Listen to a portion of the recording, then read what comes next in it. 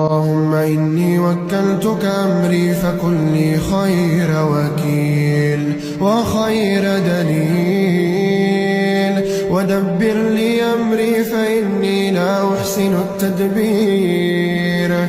اللهم الطف بنا حيثما الأقدار دارت، ويسر لنا الخير إذا ما النفس احتارت، وأنر بالإيمان دربنا أينما الأقدام سارت، وأشدد أزرنا إذا ما القوة منا انخارت، وآمنا من الفزع إذا السماء مارت. اللهم إني وكلتك أمري فكن لي خير وكيل وخير دليل، ودبر لي أمري فإني لا أحسن التدبير.